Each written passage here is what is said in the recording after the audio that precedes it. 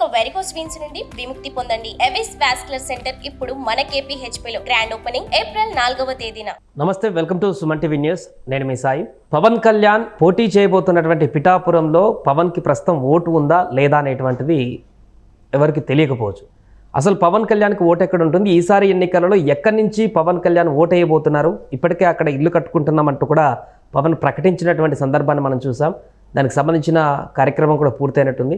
So దీనికి సంబంధించి చర్చ కొనసాగుతున్న సందర్భంలో అసలు పవన్ కళ్యాణ్ ఈసారి ఎక్కడి నుంచి ఓటు వేయబోతున్నారు, ఎక్కడ తనకు ఓటు ఉందనేటువంటి విషయానికి సంబంధించి మనం మాట్లాడదాం. మనతో పాటు Suman TV news chief editor Keshav గారు ఉన్నారు. సార్ నమస్తే. నమస్తే. సో ఇల్లు గురించి చర్చకు ఒక కంక్లూజన్ వచ్చేసింది. మొత్తానికి చేబ్రోల్లో ఇల్లు తీసుకుంటున్నారు పవన్ కళ్యాణ్ దానికి క్లారిటీ. బట్ ఓటు ఎక్కడుంది పవన్కి, ఈసారి ఓటు ఎక్కడి నుంచి వేస్తారనేటువంటి ఒక క్వశ్చన్ మార్క్. మీరేం చెప్తారు దీనికి? పవన్ కళ్యాణ్ పిఠాపురంలోనే ఓటేస్తారు ఈసారి. ఎందుకంటే ఓటర్ ఎన్రోల్మెంట్కి ఇంకా 15వ తారీఖు వరకు, ఏప్రిల్ 15వ తారీఖు వరకు సమయం ఉంది. సో అక్కడ ఒక ఇల్లు అడ్రస్ అవుతున్నప్పుడు పెద్ద ఓటు తీసుకోవడం పెద్ద సమస్య కాకపోవచ్చు. ఎందుకంటే లాస్ట్ టైం కూడా పిఠాపురంలో అప్లై చేస్తున్నారు ఆయన అనేటువంటిది ఆ పార్టీ వర్గాల నుంచి వచ్చినటువంటి సమాచారం. కానీ అఫీషియల్గా ఇంకా ఎక్కడ అనౌన్స్మెంట్ జరగలేదు. ఇప్పుడు తన ఒక అడ్రస్, కేర్ ఆఫ్ అడ్రస్ అక్కడ సృష్టించుకుంటున్నారు కాబట్టి ఆ చేబ్రోల్ రోడ్లో హైవే పైన ఇల్లు తీసుకుంటున్నారు. రేపు ఉగాది రోజు గృహప్రవేశం అని చెప్పి అన్నారు. అప్లై చేయకపోయి ఉంటే అప్లై చేయడానికి ఆస్కారం ఉంది ఈసారి. అదొక వెసులుబాటు అనమాట. మామూలుగా అయితే ఆయన నియోజకవర్గం ఏదైతే ఆ నియోజకవర్గంలో ఓటు వేయడం కోసం ప్రిఫరెన్స్ ఇస్తారు ఎవరైనా నాయకుడు. కాబట్టి ఇప్పుడు సమయం కూడా ఉంది, కాబట్టి ఎన్రోల్మెంట్కి సమయం కూడా ఉంది, కావాల్సినటువంటి అవకాశం కూడా ఉంది, అక్కడ తీసుకోవడానికి కూడా ఆప్షన్స్ కనిపిస్తున్నాయి. అందుకనే పిఠాపురం పైన స్పెషల్ కేర్ తీసుకున్నారు. నేను ఇక్కడ స్థానికుడిని అనేటువంటి ఒక వ్యూహాత్మకంగా పవన్ కళ్యాణ్ అక్కడ దెబ్బతీసేటువంటి ప్రయత్నం ఏంటంటే లోకల్ నాన్ లోకల్ ఇష్యూ తీసుకొచ్చారు. వాస్తవానికి అక్కడ బలమైనటువంటి పార్టీల నుంచి పోటీ చేస్తున్న వాళ్ళందరూ నాన్ లోకల్స్. సో అది కూడా ఇప్పుడు వంగా గీత కూడా ఆమె పిఠాపురం స్థానికురాలు కాదు, కాకినాడ నుంచి వలస వచ్చింది. ఆమె కాకినాడ నుంచి వచ్చింది, పవన్ కళ్యాణ్ గారు భీమవరం నుంచి వచ్చారని చెప్పి అనుకోవాల్సి ఉంటుంది. అందుకంటే పెద్ద డిఫరెన్స్. కాబట్టి కాకపోతే ఏంటంటే ఆయన ఒక సెలబ్రిటీ సినిమా స్టారు, ఒకసారి గెలిచిన తర్వాత మీకు ఎవరికి అందుబాటులో ఉండడు, పార్టీ నాయకుడు, ఆయన ఆ పార్టీ వ్యవహారాలతో మంగళగిరిలోనే బిజీగా ఉంటాడు, నియోజకవర్గ ప్రజలకు కష్టాలు వస్తే ఎవరు నిలబడతారు అనేది ఆమె పాయింట్ ఆఫ్ వ్యూ.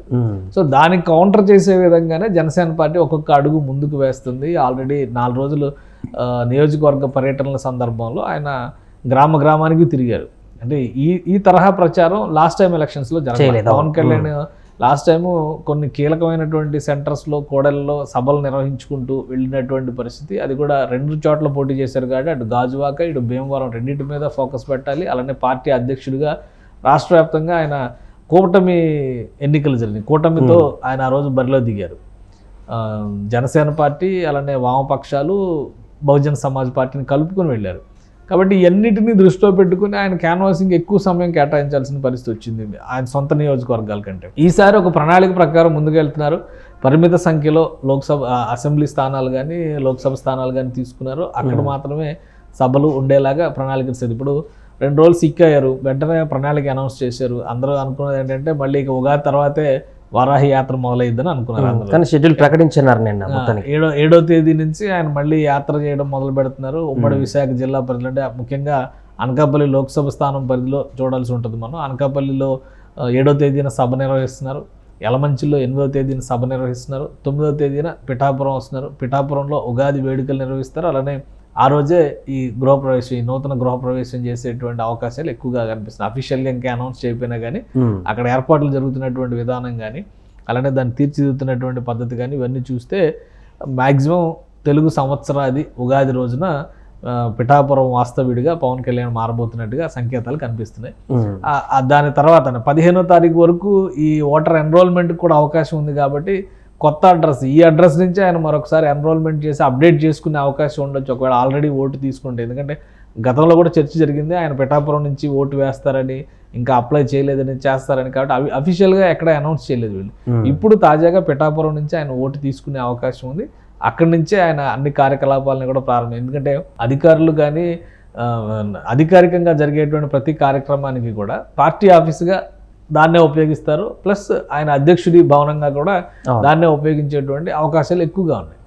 అందుకనే ఈ ఏర్పాట్లన్నీ కూడా వేగంగా జరుగుతున్నట్టు కనిపిస్తుంది. ఇప్పుడు పవన్ కళ్యాణ్తో పాటు పవన్ కళ్యాణ్ వైఫ్ కూడా అక్కడ ఇప్పుడు ఓటు హక్కు తీసుకునేటువంటి అవకాశం ఉందా పవన్ కళ్యాణ్తో పాటుగా? ఎందుకంటే కేరాఫ్ అక్కడ పెట్టేసుకుంటున్నారు కాబట్టి, ఇల్లు కూడా తీసుకుంటున్నారు కాబట్టి ఇద్దరు ఓటు అక్కడే తీసుకునే ఫ్యామిలీ ఓటింగ్ అనేది అప్పుడే మనం క్లారిటీ చెప్పలేం, కానీ పవన్ కళ్యాణ్ అయితే పక్కాగా అక్కడ ఓటు హక్కు ఉపయోగించుకునేటువంటి అవకాశం ఉంది. సొంత నియోజకవర్గంగా దాన్ని మలుచుకునేటువంటి అవకాశం ఉంది. క్యాన్వాసింగ్లో దీన్ని ఒక ప్రధానమైనటువంటి కేంద్రం, ఎందుకంటే గొల్లపురోలు మండలంలో వచ్చేటువంటి ప్లేస్ అది. అక్కడ అది మొత్తం పిఠాపురానికి ఒక కనెక్టింగ్ పాయింట్ లాగా కనిపిస్తుంది. ఆయన వెళ్ళినప్పుడు వచ్చేటువంటి జనసందోహం కానీ ఇతర ఏర్పాట్లు కానీ వీటన్నిటిని దృష్టిలో ఉంచుకొని ఆ ఇల్లుని తీసుకున్నటువంటి పరిస్థితి ఉంది. సో దానికి తగ్గట్టుగా ఏర్పాట్లు జరుగుతాయి. ఆయన ఓటర్ ఎన్రోల్మెంట్ కూడా బహుశా ఆయన మాత్రమే ఎన్రోల్మెంట్ చేసుకునేటువంటి అవకాశాలు ఎక్కువ కనిపిస్తున్నాయి. ఫ్యామిలీ ఎన్రోల్మెంట్ చేసుకున్నా కానీ పెద్ద ఇబ్బంది ఏమి ఉండదు. బట్ పవన్ కళ్యాణ్ ఆ డెసిషన్ తీసుకుంటారా లేదా చూడాలి. ఒకవేళ ఫ్యామిలీతో సహా ఎన్రోల్మెంట్ చేసుకున్నా అది కూడా ఒక మంచి ఇండికేషన్ కదా. పార్టీ పరంగా కూడా ఇప్పుడు ఎన్నికలు అన్న తర్వాత రాజకీయ వివాహాలు బోల్డని చేస్తూ ఉంటారు పార్టీలో ఏ రాజకీయ నాయకుడైనా కానీ. పవన్ కళ్యాణ్ ఎందుకు చేయకూడదు? సో ఆయన తీసుకోవచ్చు. ఇప్పుడు అక్కడ ఒక అడ్రస్ ప్రూఫ్ అంటే ఏంటి, అక్కడ ఉండేటువంటి ఎలక్ట్రిసిటీ బిల్లో గ్యాస్ కనెక్షన్ ఏది తీసుకున్నా కానీ ఎన్ని రోజులు పట్టుద్ది. ఇంటర్నేషనల్గా ఎవరైనా అధికారులు ఇవ్వకుండా సతాయించాలని చెప్పని చూస్తే తప్పితే 2 రోజుల్లో చేసుకోవచ్చు, ఓటర్ లిస్ట్కి అప్లై చేసుకోవచ్చు. కాబట్టి అది కన్సిడర్ చేయడానికి కూడా స్కోప్ ఎక్కువగా ఉండేటువంటి అవకాశం ఉంటుంది. ఫ్యామిలీ పరంగా ఎన్రోల్ చేసుకున్నా కానీ జనసేన పార్టీ నాయకుల్లో కూడా ఒక ఉత్సాహం తీసుకొచ్చేటువంటి అంశంగానే కనిపిస్తుంది అది. కాబట్టి ఆయన ఓటు వేయడం పిఠాపురం నుంచి, పోటీ చేయడం పిఠాపురం నుంచి ఎలా కన్ఫర్మ్ అయిందో ఓటు వేయడం కూడా పిఠాపురం నుంచే చేస్తారు. అలానే ఆయన తన స్థానికతని ప్రూవ్ చేసుకునే విధంగా మరిన్ని ఆధారాలు సృష్టించుకునేటువంటి ప్రయత్నం చేస్తున్నారు చాలా క్లియర్గా. ప్రజలకి దగ్గరగా ఉండేటువంటి క్రమంలో అక్కడ ఒక ఆఫీసుకు సంబంధించి కూడా ఒక గ్రీవెన్స్ సెల్ లాంటిది, ఏదైనా ప్రజలకి ఫిర్యాదులు ఇవ్వాలన్నా కానీ ఏదైనా కంప్లైంట్స్ ఇవ్వాలన్నా కానీ అక్కడ తీసుకునేటువంటి వ్యవస్థలను కూడా ఏర్పాటు చేయాలని పవన్ కళ్యాణ్ భావిస్తున్నట్టుగా తెలుస్తుంది. కాబట్టి ఇవన్నిటికీ కూడా ఇప్పుడు పిఠాపురం రాజకీయాలు ఇంకా మరింత వేడెక్కేటువంటి అవకాశం ఉంటుంది. ఎందుకంటే నిన్న మొన్నటి వరకు అధికార పార్టీ వైపు నుంచి చూస్తే కనుక చాలా స్పష్టంగా మేము గెలుస్తాం అనేటువంటి ధీమా ఉంది. పవన్ కళ్యాణ్ 4 రోజులు క్యాన్వాస్ చేసినటువంటి విధానాన్ని చూసిన తర్వాత అందరిలో గుబులు రేగినటువంటి పరిస్థితి ఉంది. ఇప్పుడు పూర్తి స్థాయిగా మకాం అక్కడే పెట్టేటువంటి పరిస్థితి ఉన్నప్పుడు ఆటోమేటిక్గా ఆ పొలిటికల్ హీట్ అనేది పెరుగుతుంది. ఇల్లు కొనుక్కుంటానన్నప్పుడే కొంతవరకు ప్రజల్లో ఒక పాజిటివ్ ఇండికేషన్ ఇచ్చినట్టు కనిపించింది. ఇప్పుడు ఓటు కూడా అక్కడే తీసుకుంటున్నారు అని చెప్పడం వల్ల పూర్తిగా నియోజకవర్గంలో పవన్ కళ్యాణ్ మా స్థానికుడే, మా నియోజకవర్గం అనేటువంటి ఒక ఇండికేషన్ ని బలంగా తీసుకువెళ్ళినట్టు ఇప్పటి వరకు వస్తున్నటువంటి గ్రాస్ రూట్ రిపోర్ట్స్ ప్రకారం కానీ సర్వేల ప్రకారం కానీ చూస్తే పిఠాపురంలో పవన్ కళ్యాణ్ గెలవడానికి అవకాశాలు చాలా ఎక్కువగా ఉన్నాయి. అంటే గత భీమవరంలో కూడా ఆయన ఇల్లు అంటే ఒక భవనం తీసుకోవాలి, అక్కడ నుంచి కార్యాచరణ మొదలు పెట్టాలని అనుకున్నారు. అది సాధ్యపడలేదు. అక్కడ ఆయన ప్రెస్ మీట్లో కూడా చెప్పారు స్థలం ఏదో తీసుకుంటా అంటే అమ్మొద్దని చెప్పని లోకల్ ఎమ్మెల్యే ప్రెషర్ చేశారని. ఎందుకంటే అక్కడ ఇంకా గెలవకుండా ఆయన గెలవకపోయినా కానీ భీమవరంలో ఇల్లు కట్టుకోవాలి, ఒక ఆఫీస్ కట్టాలి, లేదా అక్కడి నుంచి ఒక కేంద్రం, ఒక అడ్రస్ కేరాఫ్ని సృష్టించాలి అనేటువంటి ప్రయత్నం చేసేప్పుడు ఆయన స్థలం కూడా అమ్మినటువంటి పరిస్థితి లేదు అనేది ఆయన ఓపెన్గా చెప్పారు. పిఠాపురంలో అలాంటి పరిస్థితి లేదు. ఇప్పుడు ఈ భవనం ఒక రైతు కుటుంబానికి సంబంధించింది, మొత్తం పూర్తిగా నిర్మాణం చేసుకుంటున్నటువంటి తరుణంలో పవన్ కళ్యాణ్ గారికి ఆయన అక్కడ రాజకీయంగా ఉన్నటువంటి అవసరాల రీత్యా ఆ భవనాన్ని తీసుకోవాలని అనుకుంటున్నారంటే వాళ్ళు పాజిటివ్గా రియాక్ట్ అయ్యారు. సో దానికి తగ్గట్టుగా జనసేన పార్టీ నాయకులు ఏర్పాట్లు చేసుకుంటూ వెళ్తున్నారు. ఇప్పుడు ఒకసారి అక్కడ ఎంట్రీ అంటూ పెట్టినాక ఎమ్మెల్యే అయిన తర్వాత అది ఎమ్మెల్యే క్యాంప్ ఆఫీస్ కింద కంపల్సరీ నియోజకవర్గ ప్రజలకు సంబంధించి ఏ ఎమ్మెల్యే అయినా కానీ రాష్ట్ర వ్యాప్తంగా ఎన్ని కార్యక్రమాల్లో ఉన్నప్పటికీ కూడా తన సొంత నియోజకవర్గంలో ఒక అడ్రస్ పెట్టుకోవాల్సినటువంటి పరిస్థితి ఉంటుంది. కష్టంతో ఇబ్బందితో ఎవరు వచ్చినా కానీ వాళ్ళకి అక్కడ ఓదార్చేటువంటి ప్రయత్నం చేసే విధంగా వ్యవస్థలు ఏర్పాటు చేస్తారు. ఎక్కువగా జనం వస్తున్నారంటే భోజన వసతులు కూడా ఏర్పాటు చేసేటువంటి ఎమ్మెల్యేలు ఇప్పటికీ చాలామంది ఉన్నారు. పార్టీ ఆఫీసులు కాకుండా సొంత కార్యాలయాలు అనమాట, అక్కడ వరకు నియోజకవర్గ కార్యాలయాల్లాగా వాటిని ఉపయోగిస్తున్నటువంటి పరిస్థితి ఉంటుంది.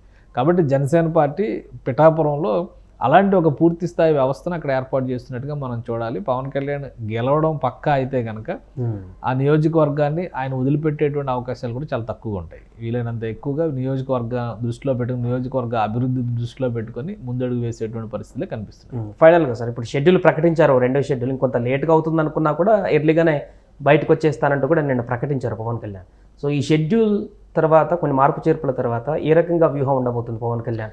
మరలా ఇప్పుడు సిక్ అయినటువంటి పరిస్థితి నుంచి వచ్చారు కాబట్టి ఈసారి అలాంటి జాగ్రత్తలు తీసుకునే అవకాశం ఉంది. అంటే ఒకటి ఇక్కడ వాతావరణ పరిస్థితులు కూడా మనం అర్థం చేసుకోవాలి. విపరీతమైనటువంటి ఎండలు ఉన్నాయి. పవన్ కళ్యాణ్ ఆ ఎండల్లో తిరిగినటువంటి విధానం కానీ 1-to-1 ఇంటరాక్ట్ అవుతున్నటువంటి పరిస్థితుల్లో కూడా సెక్యూరిటీ దగ్గర నుంచి అందరూ ఇబ్బంది పడుతున్నారు అనేది ఆయన పదే చెబుతూ వచ్చారు. అయితే ఇప్పుడు ఇంకొంచెం జాగ్రత్తలు ఎక్కువ తీసుకోవడానికి అవకాశం ఉంటుంది. ఇంకోటి ఏంటంటే పిఠాపురంలో ఒక్క చోటే కాదు, ఇప్పుడు రాష్ట్ర వ్యాప్త పర్యటనలు కూడా మొదలు పెట్టాలి. ప్లస్ 18వ తేదీన నోటిఫికేషన్ వస్తుంది. 4th ఫేజ్ నోటిఫికేషన్ వస్తే ఆంధ్రప్రదేశ్లో నామినేషన్స్ పర్వం మొదలవుతుంది. ఇక్కడ 2 సమస్యలు ఉన్నాయి. పవన్ కళ్యాణ్ ఇప్పుడు అనౌన్స్ చేసినటువంటి 20 నియోజకవర్గాల్లో ఇంకా పాలకొండ పెండింగ్లో ఉంది కాబట్టి పాలకొండ అనౌన్స్ చేసేలోపు 1-2 మార్పులు కలిగేటువంటి అవకాశం కనిపిస్తుంది. రైల్వే కోడూరు చేసినట్టుగానే పోలవరంలో కూడా అభ్యర్థి మార్పు అనేది చాలా పీక్ స్టేజ్లో డిస్కషన్ జరుగుతుంది.